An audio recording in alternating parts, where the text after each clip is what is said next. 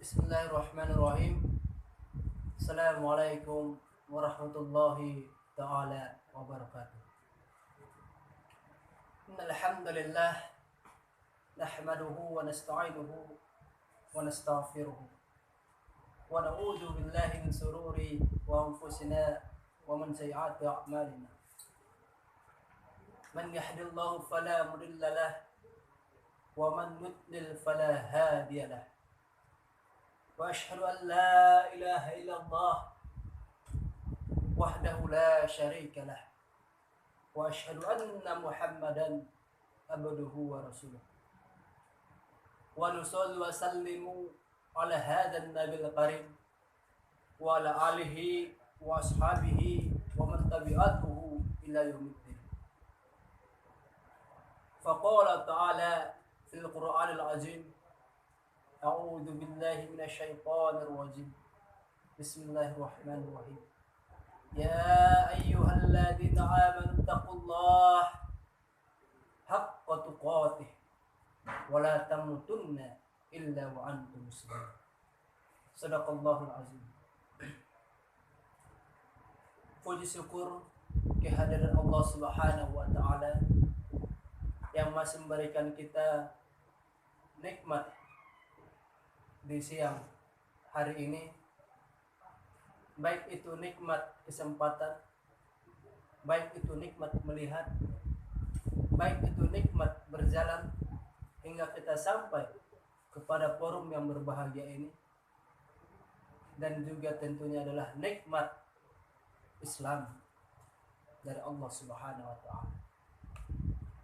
Selawat berangkaikan salam tidak lupa kita curahkan kepada baginda Rasulullah Sallallahu Alaihi Wasallam yang insya Allah dengan kita mengikuti sunnah-sunnah beliau kita mendapatkan syafaatnya di yaumul kiamat. Amin amin ya rabbal alamin. Baik, dalam kesempatan yang berbahagia ini Al-Fakir akan membawakan tema ekonomi menuju rahmatan lil alamin. Para jamaah rahimakumullah yang insyaallah dirahmati Allah Subhanahu wa taala, dalam menuju ekonomi rahmatan lil alamin, maka tata caranya begitu banyak, khususnya adalah dalam ekonomi Islam. Etika bisnis itu bisa kita dapatkan teorinya dari berbagai sumber. Jauh dari sebelum itu, etika itu terbentuk dari berbagai komposisi. Yang pertama adalah adat istiadat. Yang kedua adalah agama. Yang ketiga adalah filsafat. Maka terbentuklah yang namanya etika. Etika itu diperuntukkan untuk berbagai kalangan. Bisa diperuntukkan untuk perpolitikan, bisa juga diperuntukkan untuk bermasyarakat, dan juga tentunya untuk perekonomian. Nabi Muhammad SAW bersabda, "Ya'mal lidunyaka ka'annaka ta'ishu abada." Berusahalah kamu untuk duniamu seakan-akan engkau hidup untuk selamanya. Wa'mal akhiratika ka'annaka tamutu khoda. Dan berusahalah kamu untuk akhiratmu seolah-olah engkau akan mati esok hari. Dari hadis tersebut tentu banyak kandungannya yang bisa diinvestasikan ke dalam perekonomian. Banyak yang menjurus dalam perekonomian. Yang pertama, ya'mal lidunyaka ka'annaka tamutu khoda. kita harus berusaha di dunia ini sekuat dan semampu kita. Tentunya dengan mengharapkan rahmat dari Allah Subhanahu wa taala. Untuk apa? Tentunya untuk bertahan hidup. Maka ekonomi juga seperti itu. Allah mengajarkan kita supaya hambanya ini semuanya untuk menjadi orang kaya. Allah menuntut kita untuk supaya bisa menjadi orang kaya. Kenapa? Karena dengan kita menjadi orang yang kaya, mempunyai banyak harta, kita bisa membantu orang-orang yang membutuhkan bantuan kita. Contohnya orang yang butuh makan, tetangga kita. Jikalau kita tidak mempunyai apa-apa, kita tidak mempunyai uang, maka apa yang kita bisa berikan? Apa yang bisa kita sedekahkan? Kalau dengan diri kita sendiri saja masih susah untuk mendapatkan makan. Maka dari situlah Allah Subhanahu wa taala mengharuskan kita supaya menjadi orang yang kaya. Orang yang bersungguh-sungguh dalam mencari ekonomi. Tentu tidak lepas juga dari pemantauan Allah Subhanahu wa taala yang mengharuskan kita berbarengan dengan ketakwaan kita. Dalam hadis Tirmizi yang berbunyi yang artinya jika Allah menginginkan yang terbaik untuk hambanya, Allah akan mendahulukan azab dan kesulitannya.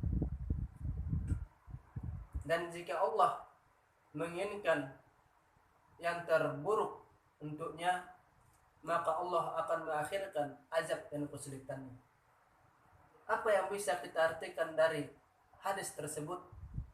Bahwasanya kesulitan yang ada dalam perekonomian kita, kesulitan yang ada dalam rumah tangga, kesulitan yang ada dalam permasyarakatan, kesulitan yang ada dalam organisasi kita, tidak semerta-merta itu karena tidak kesukaan Allah Subhanahu wa taala. Ada kalanya itu semua karena Allah mencintai dan menyayangi kita. Kenapa harus diberikan cobaan yang seperti itu? Karena Allah ingin melihat kita bagaimana cara kita menghadapi masalah yang seperti itu. Bagaimana kita menyikapinya? Apakah kita selalu tabah? Apakah kita selalu sabar? Atau malah sebaliknya?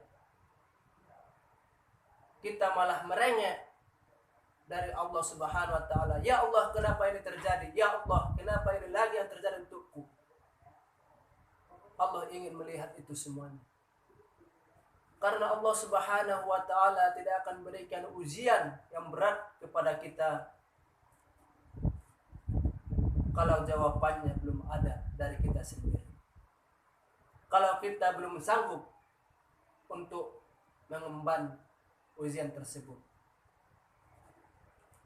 Maka singkat cerita, etika bisnis itu berperan sangat baik untuk perekonomian kita, khususnya adalah ekonomi Islam. Dalam dewasa ini kita melihat negara kita, negara tercinta Indonesia Raya, yang menguasai perekonomian di negara kita ini hampir 85% adalah non-muslim. Padahal kalau kita teliti kembali, Allah Subhanahu wa taala dan para nabinya, Nabi Muhammad SAW sudah mengajarkan kita peraturan, tata cara, etika untuk berbisnis yang baik. Tapi kenapa malah kita yang terpelosok untuk mendapatkan ruang perekonomian? Malahan di negara-negara maju seperti Amerika Serikat, Australia, Brazil, Cina, di situ mayoritas non-muslim. Kenapa orang itu bisa mengelola pajaknya dengan bagus, perekonomian dari pemerintahnya bagus, masyarakatnya sangat sedikit yang membutuhkan bantuan. Karena mereka memperhatikan isi Al-Quran. Walaupun orang itu, negara itu mayoritas non-muslim, tapi mereka bisa mengamalkan. Malah kita yang baca Al-Quran berjuz-juz hingga sampai hatam, tapi jarang sekali kita mengamalkan yang namanya tentang perekonomian untuk memajukan agama kita dan umat kita. Oleh sebab itu, Al-Fakir dengan memohon, marilah para jamaah rahimakumullah, kita bersama-sama memajukan agama kita.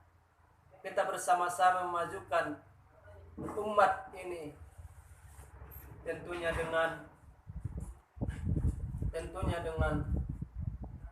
rahmatan lil alamin, perekonomian yang bagus. Mungkin itu saja dari Al-Fakir. Wabillahi taufiq wal hidayah. Wassalamualaikum warahmatullahi ta'ala wabarakatuh.